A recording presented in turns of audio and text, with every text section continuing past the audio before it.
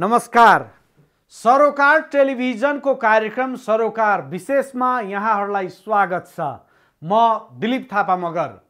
सबै विषय विशेष हुँदैनन्। सामाजिक, राजनीतिक, आर्थिक र समग्र मानव जातिको हितको निम्ति गरिने हरेक विषय विशेष हुन्छन्।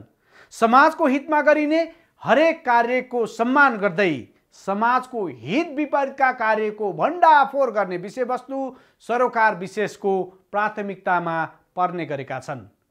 दर्शकहरू, आजको सरोकार विशेषमा नेपाली कांग्रेसले 165 वटै निर्वाचन क्षेत्रमा गरेको विरोध कार्यक्रमबारे चर्चा गर्नेछौँ।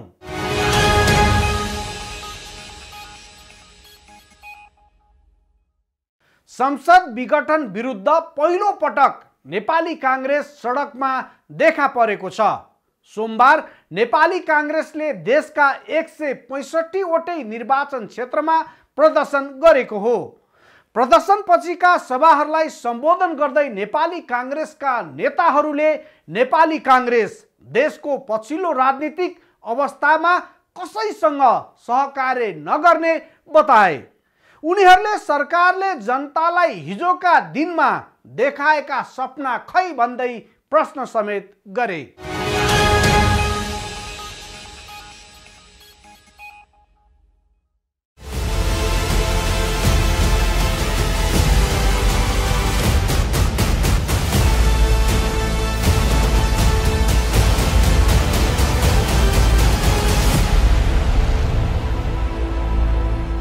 प्रधानमन्त्री केपी शर्मा ओली नेतृत्वको सरकारले प्रतिनिधि सभा विघटन गरेपछि खासै नखुलेको प्रमुख प्रतिपक्षी दल नेपाली कांग्रेस पर्ख र हेरको अवस्थामा छ।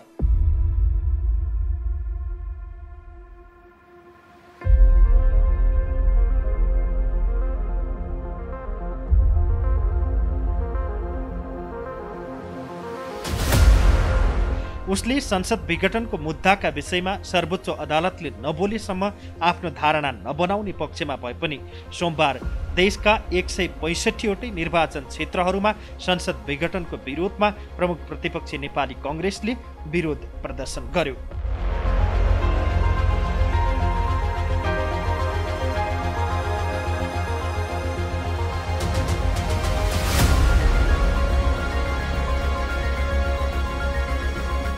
देशका विभिन्न क्षेत्रमा नेपाली कांग्रेसले विरोध गरेको हो।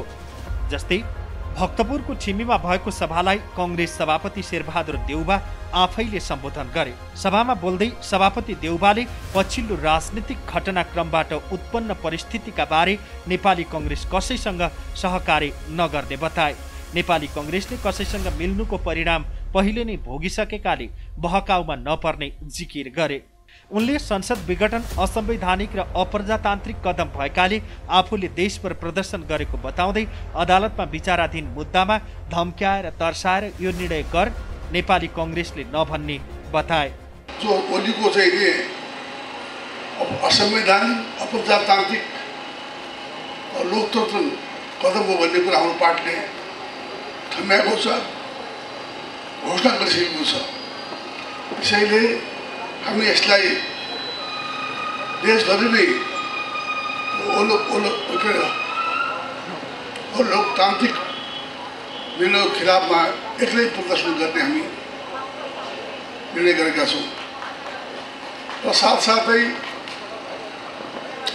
अहिले यो मुद्दा अदालतमा छ। हाम्रो पार्टी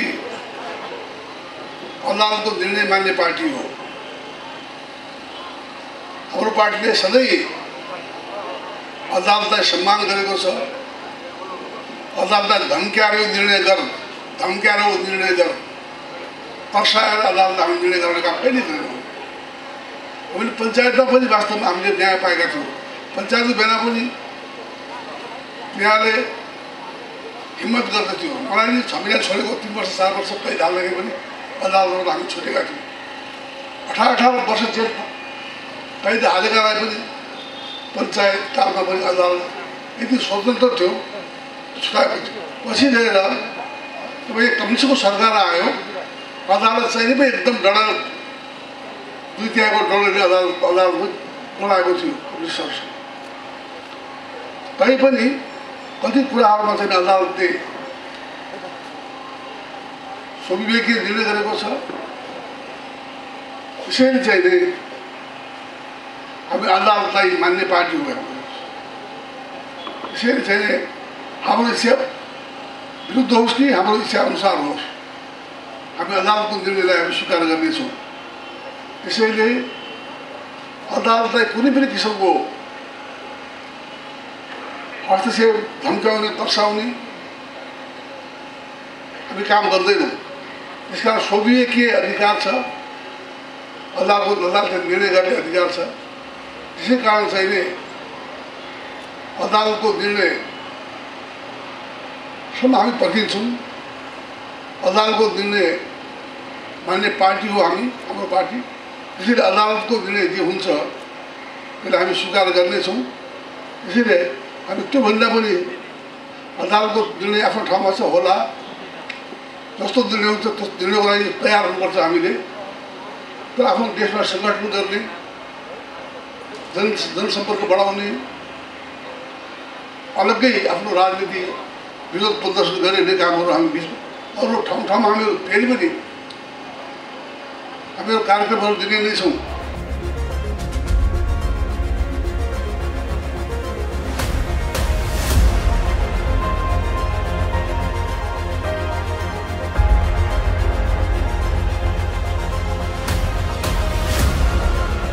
नेपाली कांग्रेसका वरिष्ठ नेता रामचन्द्र पौडेलले राष्ट्रपति र प्रधानमन्त्रीले नेपाललाई अफगानिस्तान जस्तो बनाउन लागेको आरोप लगाए। प्रतिनिधि सभा भङ्ग भएपछि पुनःस्थापना गर्नुपर्छ भन्दै आएका नेता पौडेलले तनहु पुगेर राष्ट्रपति विद्यादेवी भण्डारी र प्रधानमन्त्री केपी शर्मा ओलीले देशमाथि अपराध गरिरहेको बताए। उनले प्रधानमन्त्रीले संसद भङ्ग गर्न सिफारिस गरे लगत्तै राष्ट्रपतिलाई त्यो अस्वीकार गर्न भनेको पनि स्मरण गरे। त्यस्तै काठमाडौँ क्षेत्र नम्बर 1 मा नेपाली कांग्रेस कार्यकर्ताले नयाँ बानेश्वर क्षेत्रमा प्रदर्शन गरेका थिए। निर्वाचन क्षेत्र नम्बर 1 बाट विजय प्रकाशमान श्रेष्ठको कार्यालय बिजुली बजारबाट निस्केको जुलुस नयाँ बानेश्वरसम्म पुगेको थियो।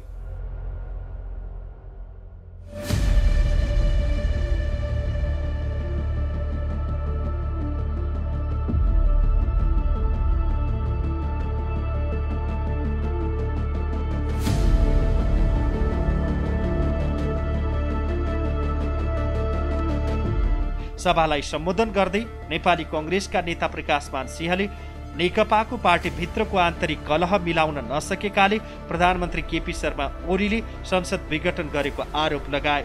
प्रधानमन्त्री ओलीले जनताले 5 वर्षका लागि दिएको म्यान्डेट अनुसार काम गर्न नसकेको भन्दै जनताको मतको अपमान भएकाले प्रधानमन्त्रीको कदम विरुद्ध प्रतिरोध गर्न समेत आह्वान गरे।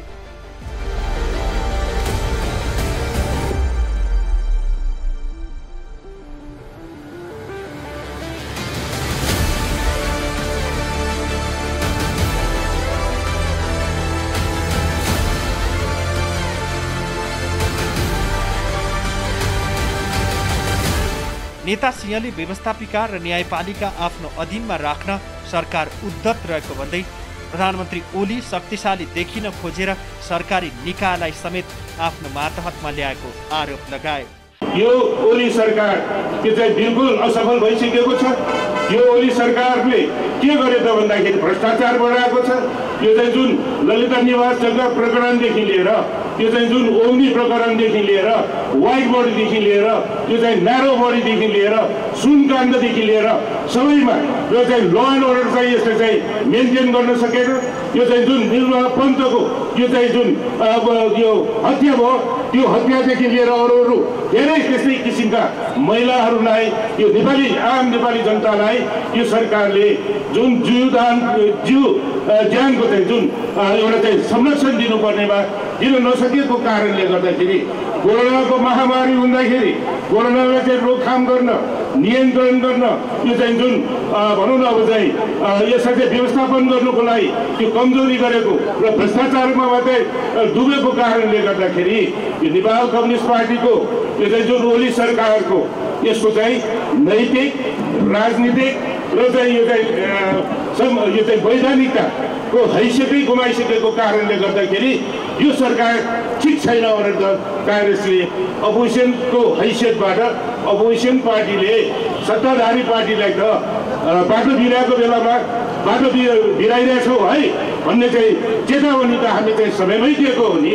तर खै त वैशाखदेखि नेपाली कङ्ग्रेस प्रतिपक्ष दलको हैसियतले यो सरकारले चाहिँ काम गर्न सकेन भनेर चाहिँ भन्दाखेरि पनि नेपाल कम्युनिस्ट पार्टीको यो चाहिँ जुन आफूले चाहिँ व्यवस्थापन गर्नुपर्नेमा गर्न नसकेर अहिले आएर तिनीहरूको चाहिँ यो नेपाल कम्युनिस्ट पार्टीको यो आन्तरिक यो चाहिँ जुन झगडा आन्तरिक कलह यो चाहिँ नेपाल कम्युनिस्ट पार्टीको जुन यो चाहिँ व्यवस्थापन गर्न नसकेको कारणले गर्दाखेरि रिस पोख्ने चाहिँ कहाँ त भन्दाखेरि व्यवस्थापिका संसद भङ्ग गरेर चाहिँ रिस पोखेको छ।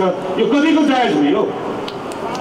यो नेपाल कम्युनिस्ट पार्टीको ओली सरकार अहिले चाहिँ बडो क्रान्तिकारी जस्तो गरेर यो चाहिँ म चाहिँ के हो भन्दाखेरि जनताको म्यान्डेट लिएर म चाहिँ गइरहेको छु, म जस्तो प्रजातान्त्रिक यो चाहिँ प्रजातन्त्रवादी को हुन सक्छ भनेर भन्छ।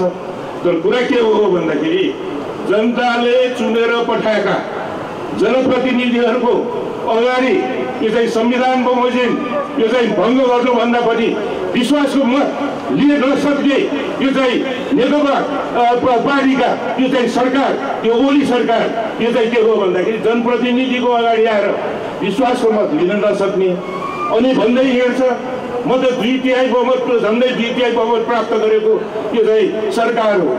यो चाहिँ न कुनै नेपाल कम्युनिस्ट पार्टीको अरूलाई चाहिँ भोट दिएको मानौँ कि यो चाहिँ प्रत्यक्ष शासनबाट यो चाहिँ निर्वाचनबाट उसलाई सबैले चाहिँ झन्डै 2/3 बहुमतबाट प्रधानमन्त्री बनाएको जस्तो गरेर चाहिँ बोल्नुहुन्छ।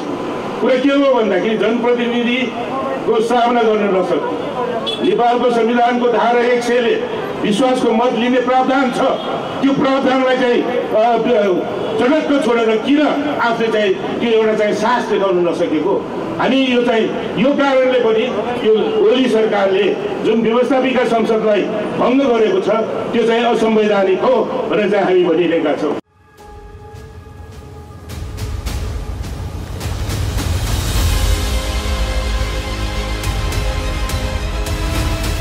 नेपाली कङ्ग्रेसका सहमहामन्त्री डाक्टर प्रकाश शरण महतले नेपाल शक्ति राष्ट्रहरूको चलखेल स्थल भएको जिकिर गरे। संसद विघटनको विरोधमा सोमबार काठमाडौँ क्षेत्र नम्बर 5 ले गरेको विरोध सभालाई सम्बोधन गर्दै उनले कहिले भारतबाट प्रमुख आउने त कहिले चीनका रक्षा मन्त्री आउने जस्ता कुरा राम्रो नभएको बताए। विभिन्न निर्वाचन क्षेत्रमा दलका शीर्ष नेताहरूले सम्बोधन गरेका थिए।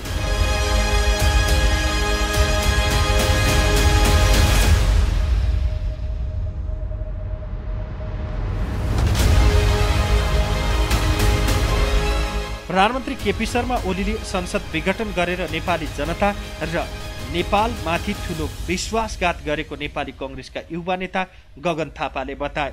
कङ्ग्रेस क्षेत्रीय समितिले बाँकेको नेपालगञ्जमा आयोजना गरेको विरोध सभालाई सम्बोधन गर्दै थापाले प्रधानमन्त्रीको कदमले नेपाली जनताको विकास, समृद्धि र स्थिरताको चाहनामाथि कुठाराघात भएको दाबी गरे। संसद विघटनपछि संसदमा देश र जनताको पक्षमा आवाज उठाउने सांसदको अधिकार कटौती भएपछि सडकमै आएर जनताको आवाज उठाउनु पर्ने अवस्था आएको उनले तर्क गरे। देश पुनः अस्थिरताको दिशातर्फ धकेलिरहेका कारण फेरि नेपाली जनता र नेपालको 20-25 वर्ष खेर जाने अवस्था आएको उनको भनाइ थियो।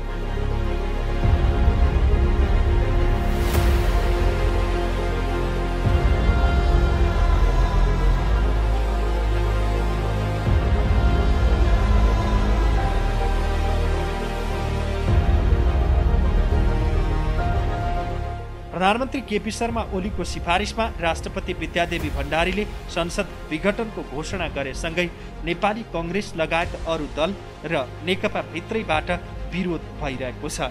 संसद विघटनको घोषणापछि नेकपा औपचारिक रूपमै 2 समूहमा विभाजित भएको छ।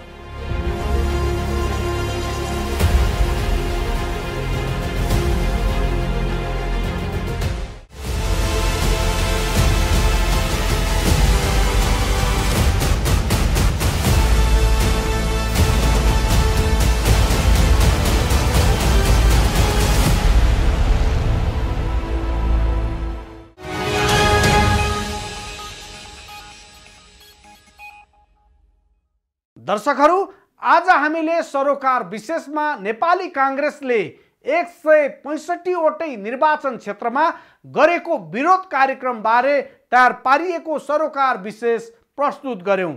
कार्यक्रम सरोकार विशेषमा हामी समाजका तीता मिठा यथार्थ बारे जानकारी दिन उपस्थित हुने गर्छौं।